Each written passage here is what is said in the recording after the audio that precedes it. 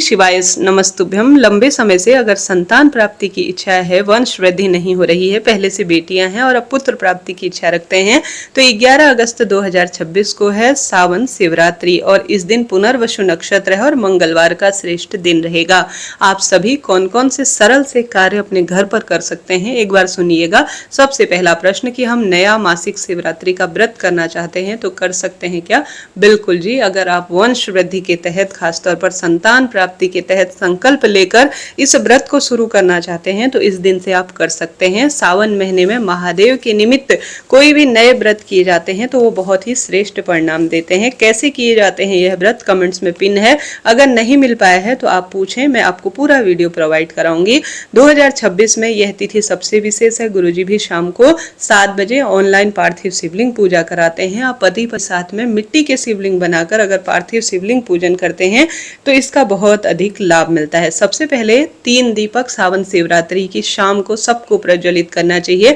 सबसे पहले एक प्लेट में 3 दीपक रखें, तीनों दीपक में आप गोल बत्ती का प्रयोग करें और सबसे पहला दीपक आपके घर की ओर मुख करते हुए महादेव मां पार्वती के निमित्त लगाएं और कहें, हे महादेव, आज सावन शिवरात्रि रात्रि में महादेव निकलते हैं, अगर आप निकले तो मेरे घर की ओर अपनी जो है श्रेष्ठ नजरें देखें, मेरे घर में वंश वृद्धि नहीं है, पुत्र का आशीर्वाद देकर जाएं, ऐसी प्रार्थना करते हुए सबसे पहला दीपक आप घर के द्वार पर लगाएं, दूसरा बेलपत्र पेड़ की जड़ में लगाएं, तीसरा दीपक आप महादेव के मंदिर में आज के दिन लगाते हैं तो यह साल की सबसे बड़ी शिवरात्रि आपके जीवन में वंश वृद्धि की कामना को सिद्ध करती है। दूसरा सबसे सरल काम जो आज आप कर सकते हैं वह कर सकते हैं दूध। दूध का संबंध अपने आप में संतान से है। आप जानते होंगे 108 की संख्या में या बिना गिने आप गेहूं, परिपूर्ण गेहूं ले जाएं शिवरात्रि की रात्रि को घर के मंदिर में या घर पर या पूरे दिन भर में जब भी आपको समय हो, एक मुट्ठी गेहूं, वैसे सावन महीने में 108 गेहूं की महत्वता है वस्तु की, तो अपने जो साथ है वह लेकर जाएं और साथ के साथ एक कटोरी में दूध लेकर जाएं और साथ ही आप अपने साथ दीपक लेकर जाएं। श्री शिवाय नमस्तुभ्यम कहते हुए सबसे पहले शिव मंदिर की चौखट पर आप कुंदकेश्वर महादेव की जय, तुमरुकेश्वर महादेव की जय, शिव शक्ति की जय कहते हुए सर्वश्रेष्ठ रूप में संतानेश्वर महादेव का स्मरण करते हुए सबसे पहले शिव मंदिर की चौखट पर दीपदान करें। फिर आप सभी बेलपत्र की धार से शिवलिंग पर दूध चढ़ाएं और उस दूध को थोड़ा ग्रहण जरूर करें, अर्थात शिवलिंग पर चढ़ाया हुआ जो दूध है उसे प्राप्त करें और उसके बाद आप सरल तरीके से एक मुट्ठी गेहूं अपने घर पर वंश वृद्धि के तहत घर के मंदिर में हो या महादेव के मंदिर में जरूर से ही समर्पित करें। इससे आपके घर में पुत्र प्राप्ति के, आपकी कुंडली में पुत्र प्राप्ति के योग बनेंगे और सदा सर्वदा सौभाग्य होगा। तो ये छोटा सा काम है, आपको करना है।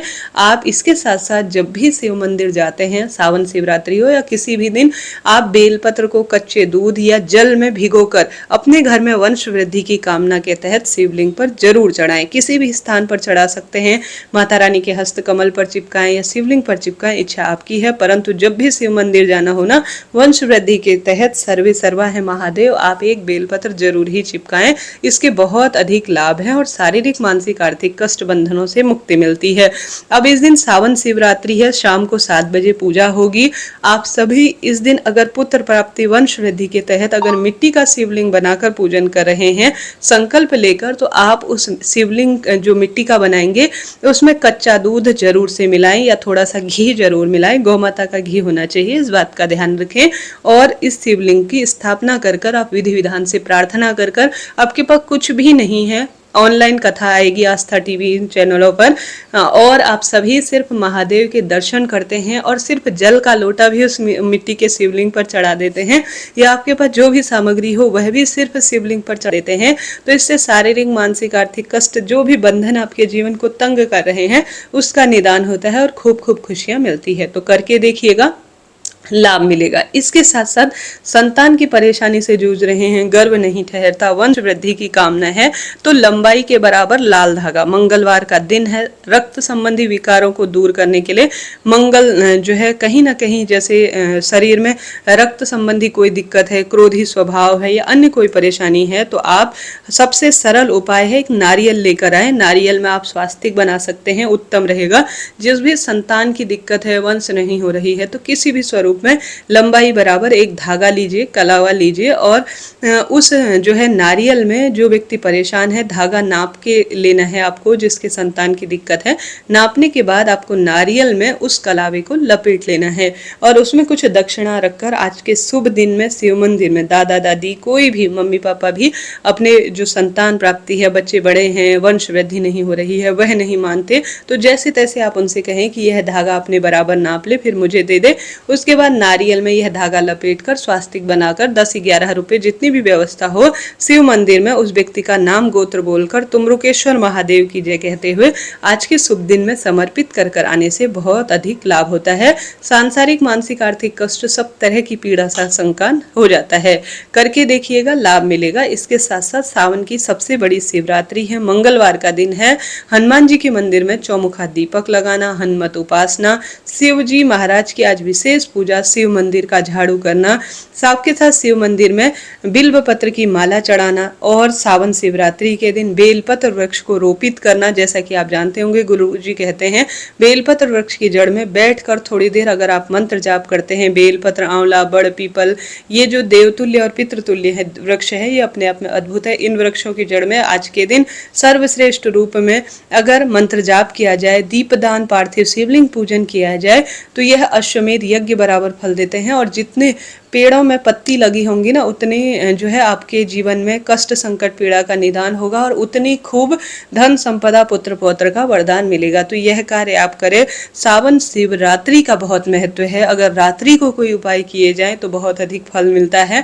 किसी न किसी स्वरूप में रात्रि नहीं कर सकते, प्रदोष में करें, प्रदोष में नहीं कर सकते, पूरा दिन भर में आप कभी भी कर सकते हैं। लाभ तो इस दिन होता ही है। आप विशेष तौर पर इस दिन बेलपत्र का पौधा मेरे कहे अनुसार लगाएं। ज्योतिष ऐसा वर्णित है कि बेलपत्र का पौधा सावन महीने में लगाने से पितृदोष समाप्त होता है।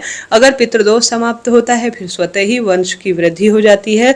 शारीरिक, मानसिक, आर्थिक कष्ट बंधनों से स्वतः मुक्ति मिलती है और सारे कार्य स्वयं ही बनना आरंभ हो जाते हैं। देखिए, सावन महीने में शिव भक्ति, व्रत, उपवास, पूजा पाठ कहीं ना कहीं किसी न किसी स्वरूप में भले थोड़ा समय लग रहा है परंतु मिलता जरूर है जी। अगर किसी कारण से सावन सोमवार या 16 सोमवार या आप सभी मंगला गौरी व्रत अभी तक शुरू नहीं कर पाए हैं तो दूसरे तीसरे आप जो है महीने के जो व्रत पड़ेंगे उसमें भी शुरू कर सकते हैं। जैसे दूसरे तीसरे सोमवार भी कर सकते हैं, दूसरे तीसरे जो है मंगला गौरी व्रत से भी आप शुरू कर सकते हैं। इनका किसी न किसी स्वरूप में लाभ तो होता ही है। तो इस तरह से सावन शिवरात्रि की मैंने आपको बात बताई। इसके साथ साथ पारिजात के पुष्प गुरुजी कहते हैं हमेशा ही वंश वृद्धि में सहायक है। तो थोड़ा सा अभी मौसम में पारिजात के पुष्प आसानी से मिल जाते हैं। आपने देखा होगा सफेद रंग के होते हैं, उनके अंदर नारंगी रंग की डंडी होती है। अगर पारिजात के पुष्प की डंडी को सुखाकर उनका चंदन घर के मंदिर में किया जाए तो इससे महादेव प्रसन्न होते हैं। और शास्त्रों में लिखा गया है पारिजात के पुष्प की